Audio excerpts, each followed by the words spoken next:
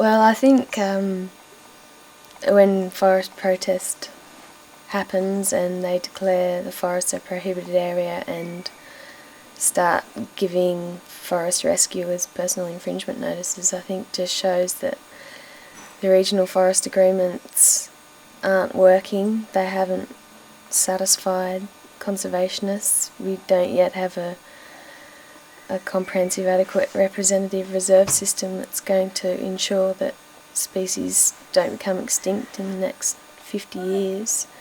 And the government has to come up with some real answers rather than just trying to shut us up and sweep the whole issue under the carpet. They're playing some kind of game, whereas for us it is serious business. If you know that there we have got the likelihood of extinction of species, I mean in the dear old Wadigans, that moist country in the landlocked dry country of Wollombi and Yengo in the south and the dry country of the Hunter Valley to the north, if those populations can't survive there, they can't survive at all. We're talking wiped out. Yeah, you know. So that it's a serious business and State Forests are doing it as a game.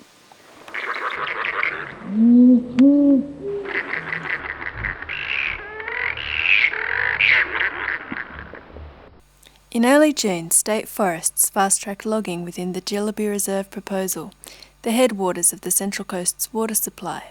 They were getting a bit concerned about the success we were having and they wanted to get in as fast as possible and get the timber in case Jillaby was reserved. At the same time, State Forests started roading through endangered owl habitat in the Black Bulga Range, another reserve proposal near the Barrington Tops. Both operations caused outcries from local communities and conservationists who decided to make a stand for their public forests.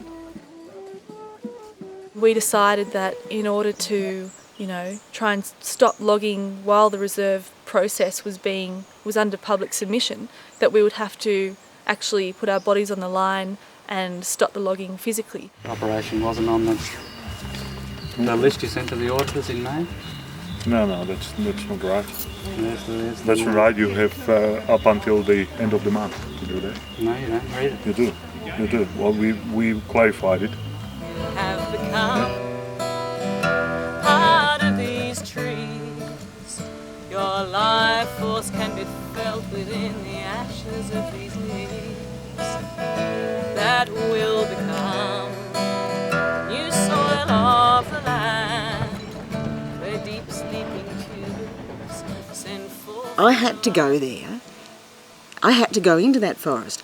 I knew that the operation was technically unlawful. State Forest couldn't get their paperwork together. We knew that there were breaches, that they were not complying with their threatened species licence. There was hollow-bearing trees on the ground. So that it's no use trying to, so to speak, stop something after it's happened. A 200-year-old tree, once it's down, it's down. You can't remedy that. The big trees in the Wadigans are really, they're more than precious. They're critical to the survival of the hollow-dependent creatures.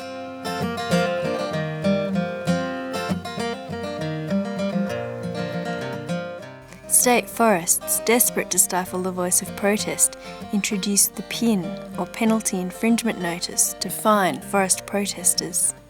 Basically, it's when State Forests decide that they want to issue you with a fine. Usually these fines are $100 unless you're attached to some sort of machine, and then we've experienced $1,000 pins. My dad received one of the fines for trying to bring in food and water supplies on horseback with a couple of the neighbours. Well, I had no idea what one of these things was. I thought to be fined you had to do something wrong. Their option is, if we feel insecure, they should be able to reassure us. Instead of reassuring us, they take the step of closing over 1,000 hectares of forest. We don't know what closing a forest means. Dad was outraged, firstly by the fact that our forests were closed to us without there being any sort of, notification to locals about closing of the forest. It was just suddenly there were signs up and nobody was allowed in. So I'm just on like like a little hobbledyhorse. In my image, just checking that people are okay, I made it very clear that all I had in my bag was just stuff to make life a little more pleasant for people. And subsequently, in the mail, I received a penalty infringement notice. Well, that penalty notice, it was like, it gives me a pin, and I go, well, so what? And so then it became where the police said, well, you'll be arrested. I was taking a group of local people in to see their logged area one time, and another time I was in a forestry reserve. Bang, pin, there you go, $100 fine both times. Another time, the one I'm expecting the mail, was when I had to go in and mark on the trees where the breaches were because I was taking some government officials in the next day. And I snuck out of the forest, quite scared that I'd receive a pin, saw that no one was around, and started walking back up the hill, and then someone jumped out from behind a bush and said, "You're caught! It's a breach! I've got you!" You know, it's become a bit of a game. You know, I think some people seem to enjoy the whole cat and mouse catching you in the forest and the power of $100 on-the-spot fine. My name is Peter Tariani. I'm the authorised officer of State Forests of New South Wales. Cool. You are in a restricted area. In compartment 35, only State Forest. Please leave immediately. Yep, no worries. Welcome. It was quite fun, that action, where we stormed into State Forest Office and declared it a prohibited area because it was now People for Forests Office. And it was to highlight the fact that State Forests have been shutting off the forest to the public and the media.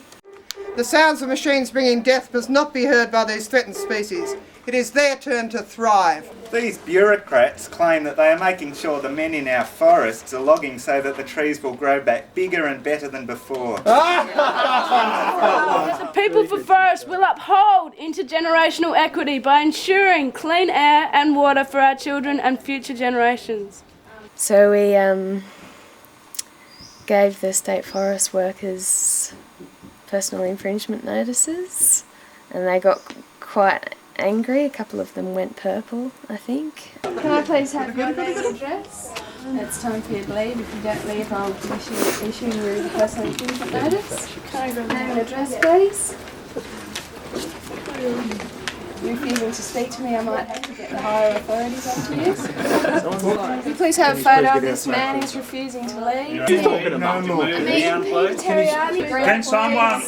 someone be a bit articulate and say what you want from me? I'd like you to leave this area. It's now prohibited. On what grounds?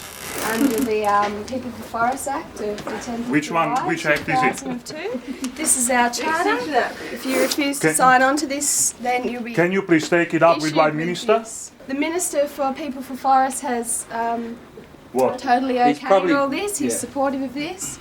The Minister for Forest, who is it? It's Mr. Yellow No. Belly Glider.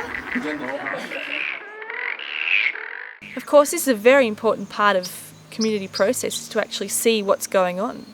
For people who have a current reserve proposal in their area to come up and have a look what they're up against, what sort of logging is going on. But now, with these pins, we can't even enter, we can't even take people in legally to show them what's going on on a weekend when there's no logging even happening. There's no way, legally, apparently, that you can just witness what's going on, say, hey, I think this is wrong, and then go through proper channels, because you are in fact not allowed to even witness. I don't think your common rights can be legislated away for the convenience of the State Forest to just have this heavy-handed, inappropriate response. They give us these penalty infringement notices to say that you've stepped over this line in the sand, and once you've gone over that side, you're liable to a $100 fine, as if that's going to stop us when we're talking about the serious business of extinction of species. In a way, it does make it harder to protest in the bush, but I think it's just making people more determined as well.